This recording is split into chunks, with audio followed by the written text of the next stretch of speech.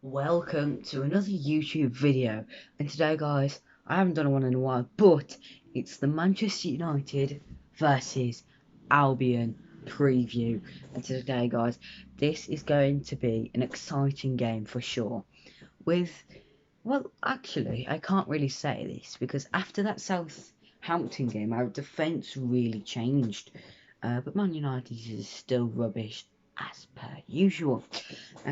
This season, to be honest, last season was alright, but this season neither defence has been the best, but West Brom's seemed to have improved after the first international break.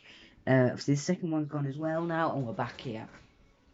Reason for not uploading a lot was because of being back to school, two, having no ideas, yeah, and three, now I'm stuck in isolation till December the 1st, so I'm stuck for how long am I stuck in? It's the 21st today. 21st?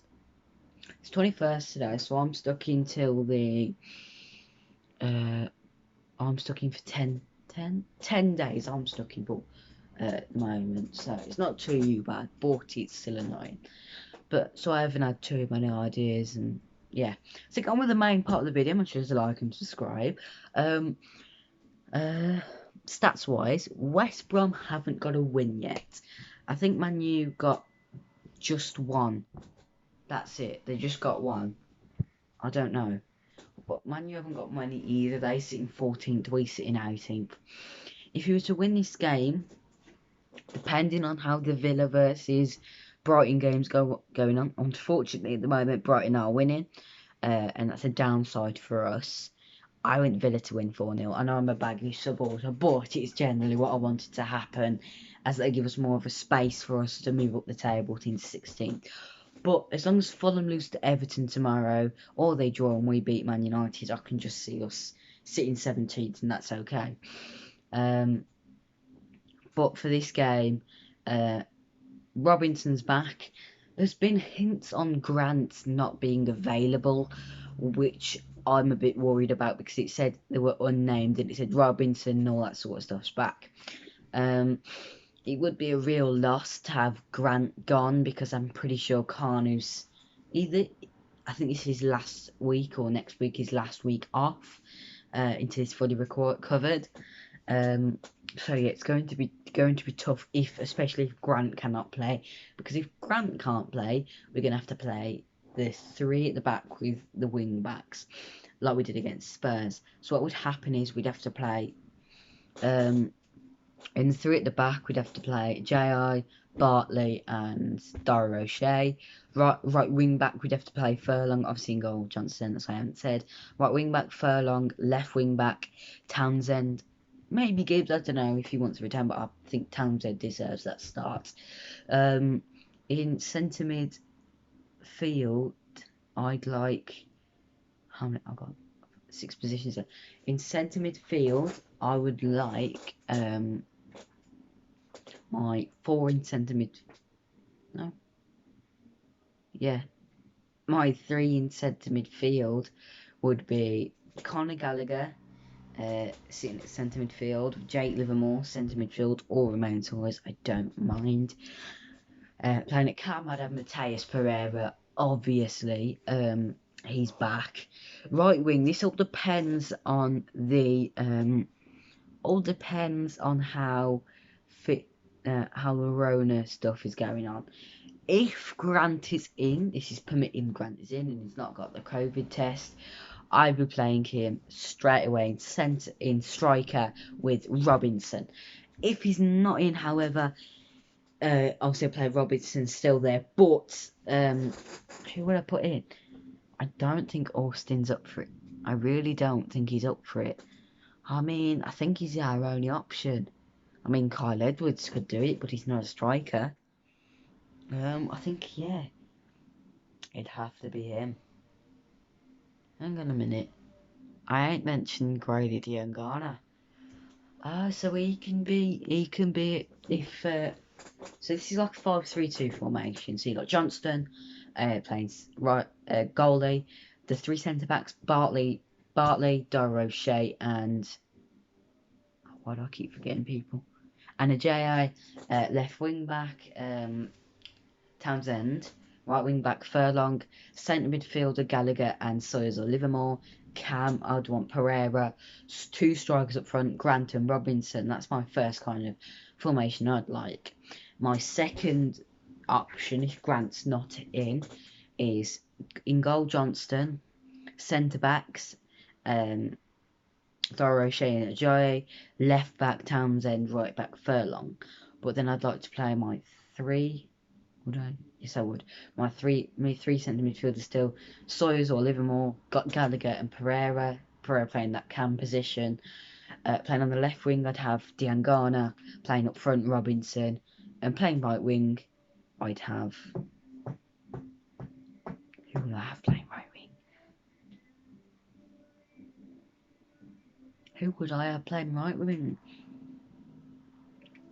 Probably have Kyle Edwards, maybe. It's Man United. He could pull off some skills, to be honest. For my bench, mainly, I'd like to see Harper on there. I'd like to see who else. Sawyers or Livermore, all the way around, obviously. Maybe Austin on the bench, I don't know. I'd also like to see Button on the bench, the goalkeeper. Ivanovic, I'd like to see on the bench. I think that's it. Phillips on the bench as well, just in case anything happens to Edwards if he starts mugging off defenders and they start tackling vilely, going for him like Maguire probably will, to be honest. Let's talk about their side. Rashford is a doubt. And yeah, he's a doubt to play. But he might still play. We don't know yet. It hasn't been released to the public yet. So I don't know. But if he isn't fit, that's not so good news for Man United, as there probably is their best striking option. But good news for us, as is an England striker and he's out.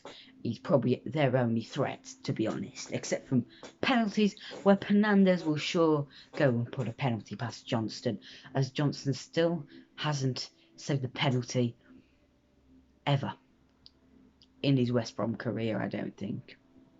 I don't know, he might have, but I don't know. But in the Premier League, he certainly hasn't.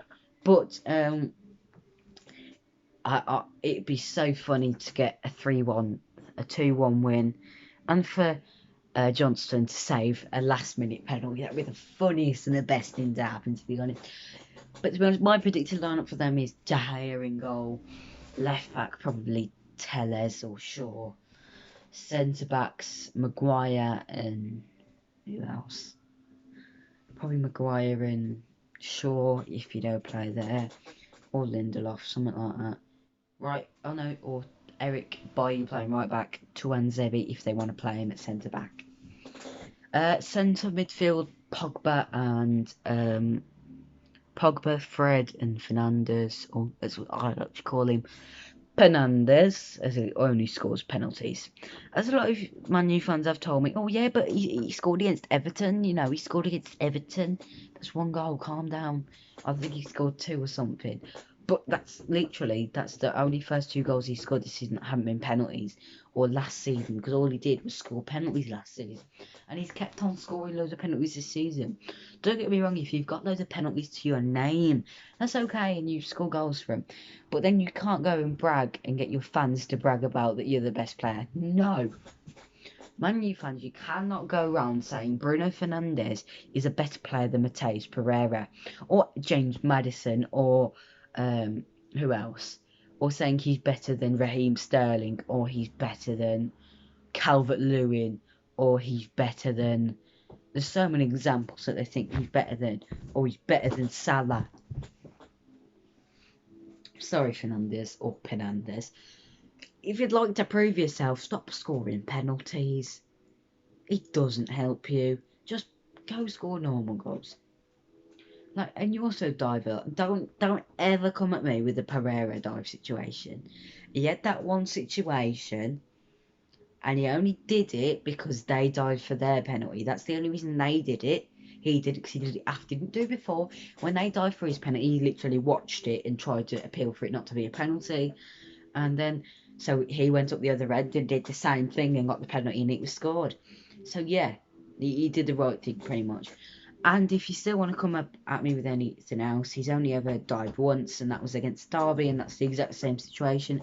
If you say he still shouldn't dive and that he's a diver, that's one time. Bruno Fernandes has probably dived more times than a professional diver. Talking about diving, Grealish is another culprit to that, so yeah, we won't talk about Grealish though. Striker, if Rash is out, fingers crossed. Mason Greenwood's also out, so they'll probably play Ighalo, and on the right wing they'll probably play. I'm trying to think of my new players so badly. They'll probably play Martial on the right or the left wing, and the other person will probably be. To be honest, I don't know. I really don't know.